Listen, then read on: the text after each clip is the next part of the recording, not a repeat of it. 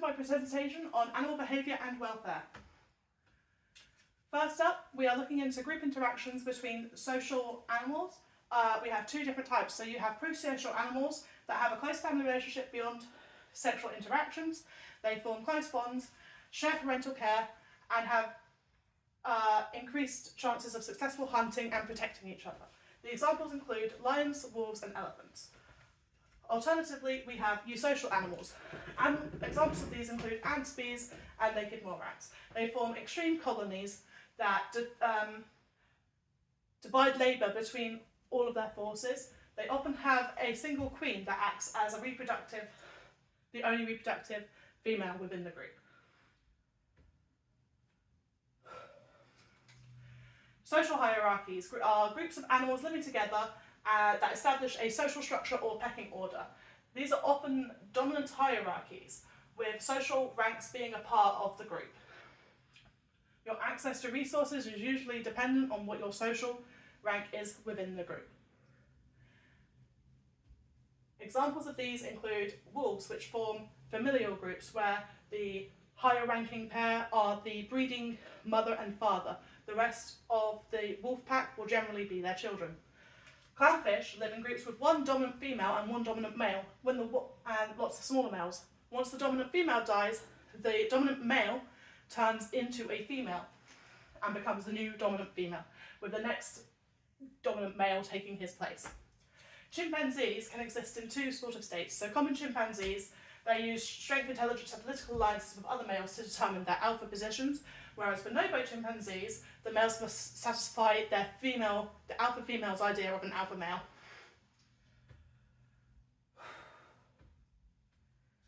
Groups of animals living together with Generally speaking, defensive behaviour is employed to prevent injury from another animal. When faced with a possible predator or a threat from any conspecific animals, animals will defend themselves by exhibiting defensive actions. An animal exhibiting defensive behaviour may flee from a threat or danger. It may also involve techniques that allow the animal to blend in with its surroundings, such as feigning dead or camouflage, or techniques that discourage the other species from attacking, like the rattlesnake's rattling sound.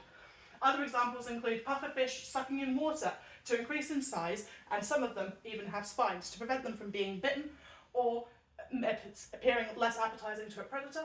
Milk snakes have similar colouring to other venomous snakes, despite the fact that they themselves are not venomous, and skunks can ward off any threat by spraying a pungent fluid from scent glands near their anus.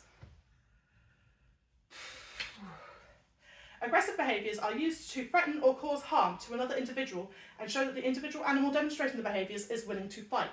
It can occur in animals protecting their young from an attack, animals looking to gain or defend new territories, mates, or access to other resources like scavenge.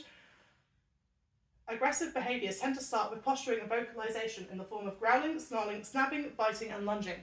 While aggressive behaviours are used to threaten conflict, submissive behaviours are there to reduce tension and de-escalate, often used to appease more dominant members of the social group. Behaviours by submissive animals often incorporate infantile behaviour to convey a lack of threat and presenting more vulnerable body parts, such as the throat or stomach, to the dominant animal. In cases of females wanting to mate, they may also present their rear end to signal courtship.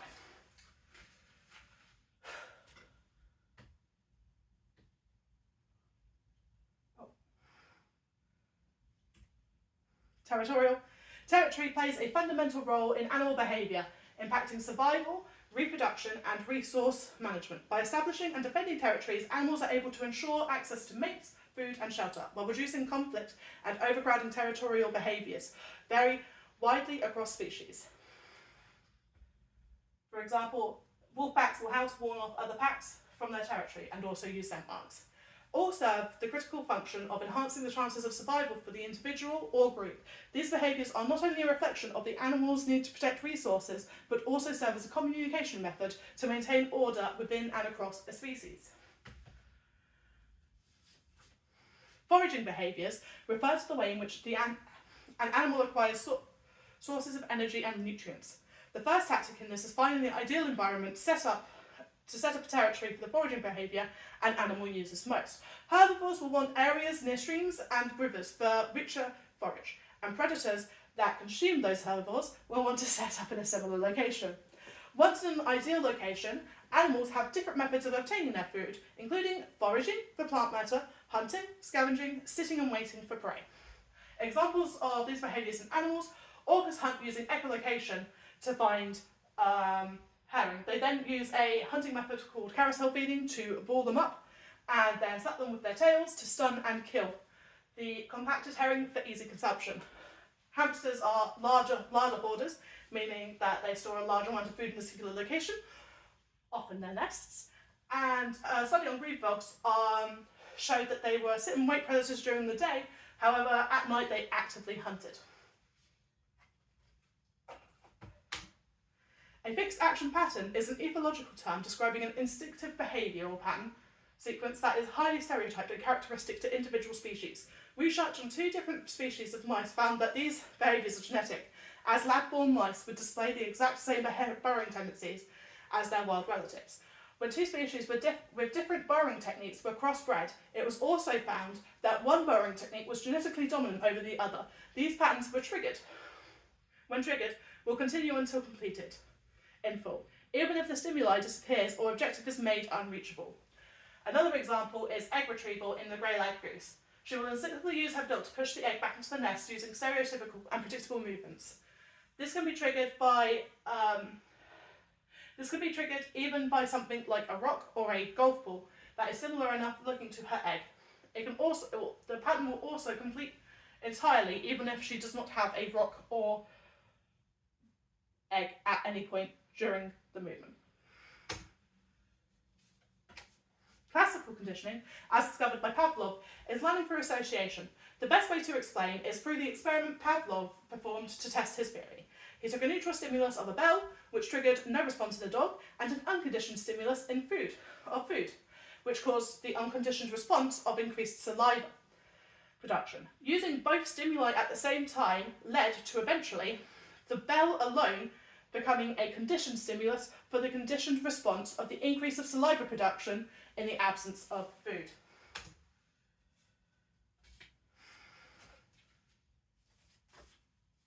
Operant conditioning is the removal or addition of a stimuli to either reinforce or punish a desired or undesired behaviour in an animal. To increase the frequency of a desirable behaviour in an animal, you might use positive reinforcement by rewarding the behaviour of a treat, toys or fuss. This often helps animals learn quickly and develops positive bonds between them and their trainer, or by negative reinforcement where an undesired stimulus is instead removed, such as a hand pushing them into a sit position. The more the behaviour of sitting is done unprompted, the less the hand is needed. Animals won't learn as quickly from this kind of operant conditioning, and it can build negative associations. To decrease frequency of an undesirable behaviour, positive punishment would be used, e.g. squirting water on a barking dog. However, overuse of this kind of stimulus can lead to a redirection of frustration, causing anxiety and fear, and possible aggression. Finally, negative punishment is removal of something desirable, such as attention to a dog jumping up. The learning for this type of training can be steady and has few bad results compared to the negative reinforcement and positive punishment. Animals communicate in a variety of ways, whether it be through olfactory senses, visual displays, vocalizations, or specialised methods such as weak electrical signals or vibrations through ground and water. Examples include vocalizations. African elephants can use infrasound vocalizations that carry over long distances. And birds have 2 different types of vocalizations, calls and songs, with calls being short, simple signals of danger to other birds in the area, and songs being used during mating season. Olfactory sensors can be used in regards to scent marking and scent rubbing, commonly used by bears to mark territory. Hippopotamus may use dung and its scent to mark a territory, and female wasps may use chemical substances called pheromones to attract their males into her area for mating. Visual. Squid or cuttlefish can use the colour changing abilities to communicate, to attract or deter mates, fend off rivals and potential predators. Male peacock spiders perform a dance display in the hope of obtaining a mate by way of a female dancing back. And chimpanzees have a variety of gestures, postures, and facial expressions to communicate and alert other individuals. Parental care varies greatly between species. Some will have minimal involvement in raising offspring, such as sea turtles laying eggs in the sand to hatch and make it to the seas by themselves, while others, like orangutans, will provide parental care to their young for 6 to 8 years, protecting them, feeding them, and teaching them social signals and how to look after themselves. Maternal care lasts a minimum of the internal incubation period before parturition. Paternal care, again, depends greatly on the species and is the investment the male will put into ensuring the survival of his offspring. Some males will never meet their offspring, playing the role essentially as a sperm donor, allowing him to pass on his genes. But in many species of birds, the male will have as heavy a role as the female in rearing and protecting their young. Bonding is a process in which individuals of the same or different species develop a connection that will aid in the animal's survival, whereas imprinting refers to a critical period of time in the animal's early life where they form a string attachment to the parent and is important for determining what an animal associates as and how they develop into adulthood. This is particularly important in the context of hand rearing, as imprinting onto human carers can have a negative impact on captive breeding programs. Courtships can be considered a kind of communication. Different behaviours are exhibited by different species to convey their desire to mate and why they are, in particular, a good choice. Some courtships may be very simple, as moths using pheromones to signal potential mates, while a male pufferfish will spend 9 to 10 days carving intricate patterns into the seafloor and decorating it with shells, building a nest for females to inspect and lay eggs, if successful. Next, we will look into the animal welfare side of things. In 1822, the first Act to prevent cruelty to animals in the UK was passed. It was the Act to prevent the cruel and improper treatment of cattle, and since then we've kind of been popping them out every now and again. In 1911, the first general animal protection law was passed, called the Protection of Animals Act, and it was updated several times before being replaced by the Animal Welfare Act in 2006. The significance of the Animal Welfare Act 2006 is that it empowered enforcement agencies and RSPCA inspectors to educate those responsible for domestic animals that do not meet the welfare needs as a preventative action before any suffering has occurred. Not meeting welfare needs can result in an ownership ban, unlimited fine, and up to 6 months in prison, with animal cruelty charges being worse. In the Animal Welfare Act 2006, there are listed the 5 needs for UK and for animal welfare. So the first is a suitable environment. So you need to ensure that you have the correct temperature, the correct substrates, the correct sleeping areas and feeding areas that that specific animal requires. Next, you have a suitable diet, ensuring the correct food is provided in the correct quantities, and they have a constant access to water. The next is the need to be able to exhibit normal behaviour patterns, provision of enrichment, and the correct space to exhibit natural behaviours. If they're in a tight cage, they can't do those. Next is the need to be housed with or apart from other animals, freedom, which provides them a freedom from fear and distress. Certain animals are solitary and will not do well when paired with other animals, whereas others require other animals to remain social and happy, such as rabbits. The final need is the need to be protected from pain, suffering, injury, and disease. Vaccination. This means getting all of the vaccinations up to date, ensuring that all of their needs are met in regards to their health. If they become ill, you take them to a vet. It's all quite simple. Next, we have the sort of definitions of the healthcare, the environment, the neglect, the abandonment, and the cruelty. So, healthcare requirements vary between species. It is important that animals are registered at local vets to ensure they have access to healthcare, and that signs of injury and illness are seen to by a vet. Environment requirements are also vary between species. So it is important that owners are meeting the requirement of their specific breed of pet. In unsuitable environments, animals can become stressed, bored, and they can perform stereotypical behaviours such as self-mutilation, which will require a healthcare visit. Abandonment is when an animal is left by their carer with no intention of returning for them. This is dangerous for the animals as they are left to fend for themselves and they are domestic. They do not know how to look after themselves. It also lowers the chance of adoption from shelters as animal history can be missing. It is also now compulsory for all dogs and cats the most likely to suffer from abandonment are to be microchipped within the UK. Animal neglect occurs when an animal's basic needs aren't met. In cases of severe neglect, the animal will experience extended periods of suffering, resulting in permanent illness or even death. Examples include not feeding your pet correctly, leaving them alone for a week, or trying to cut costs of caring for farm animals. Animal cruelty is knowingly carrying out an action that inflicts harm, injury, or death to the animal. Examples of intentional cruelty are kicking or beating an animal.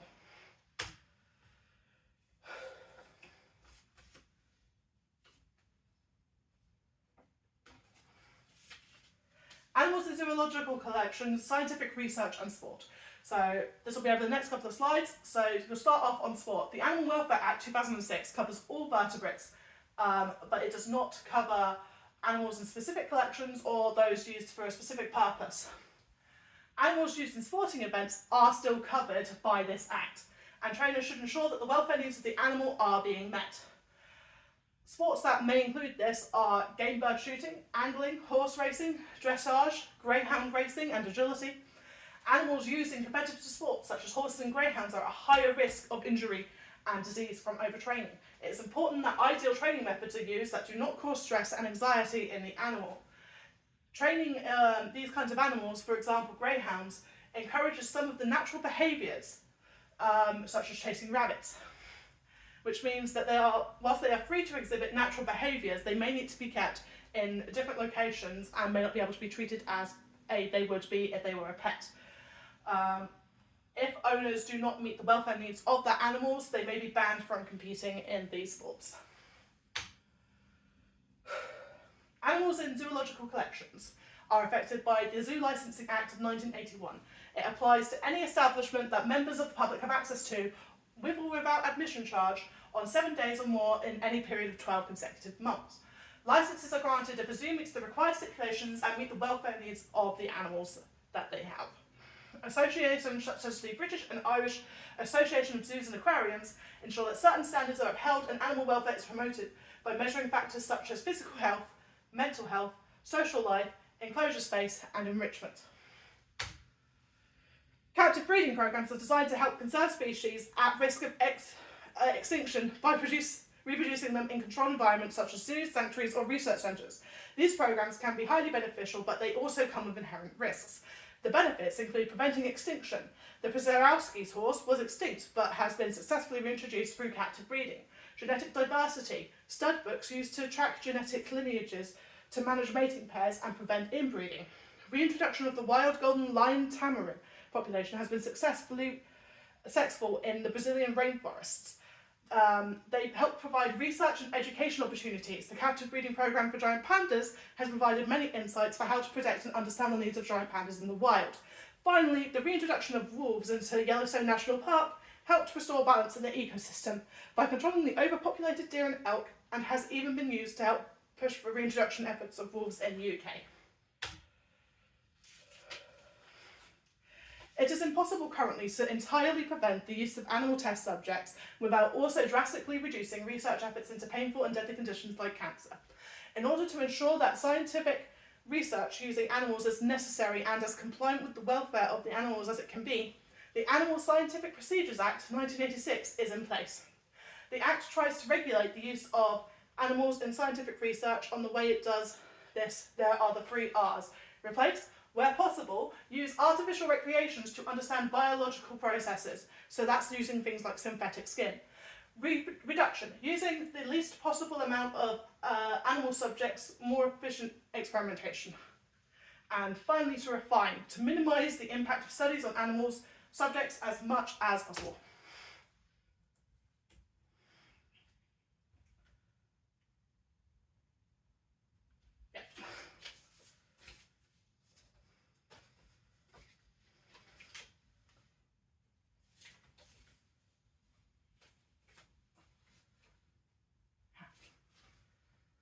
So the welfare of farmed animals The Welfare of Farmed Animal England Regulations 2007 is a piece of legislation in place specifically designed to add additional protection to livestock. It ensures all farmed animals must have their welfare needs met and specifies procedures and guidelines on how they must be met, ensuring that animals are cared for by a sufficient number of staff that possess the knowledge and professional competency, that they are kept in suitable buildings with correct substrate and space and lighting, also ensuring that sick and injured animals are cared for appropriately.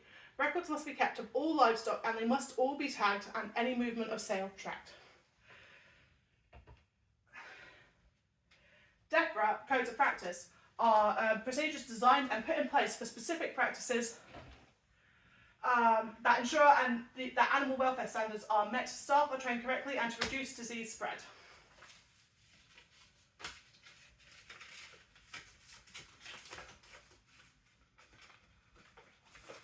There are a variety of different UK enforcement agencies that all have different jobs within the UK. DEFRA oversees and sets policies for animal welfare standards and support enforcement of animal welfare through guidance and funding. Local authorities and councils issue licences for animal-related businesses such as shops and kennels, investigate local animal welfare such as reports of cruelty and neglect. The RSPCA, or the Scottish SPCA, investigates and prosecutes animal cruelty cases, rescues abandoned, neglected and abused animals, and promotes education and awareness of animal welfare. And HMRC enforces animal import-export regulations under the Convention on International Trading in Endangered Species. Environmental and animal health inspectors have slightly different roles when it comes to carrying out the laws. Environmental inspectors aim to stop illegal activity, restore and remediate after harm or damage to environment, and bring illegal activity into compliance with the law and punish anyone that is viable to do so. Animal health inspectors are more focused on the animals themselves, and they inspect locations animals are present, work with vets, provide advice, remove and rehome when necessary. They prepare and maintain reports and relevant files, and they testify at hearings by these guys. Finally, the WWF is one of the largest conservation organisations in the world, focusing on biodiversity and conservation efforts. They help to protect entire ecosystems by advocating for sustainable practices, animal conservation, captive breeding programs, addressing climate change, and working with governments and corporations to create sustainable policies and practices, and advocating for better wildlife protection laws. As they are largely focused on wildlife, they play a much lesser role in the animal welfare of animals in captivity, and focus more on the overall survival of a species than the individuals in captivity. The Blue Cross is a UK-based animal welfare charity that focuses on ensuring the pets in the care of financially struggling owners are looked after, whether it be providing healthcare, food from their food banks, or helping to rehome animals that are strays or no longer able to be taken care of by their owners. They run campaigns that promote animal welfare and advocate for stronger animal welfare laws and policies. Financial aid is a big limiting factor in the work the Blue Cross do, and while they offer low-cost care, they may not be able to address all veterinary needs of their patients. Fast enough leading to waiting times and animals stuck in poor welfare. Similarly to most shelters, overpopulation is also a key problem faced by the Blue Cross. That brings us to the end of my presentation. Thank you for watching.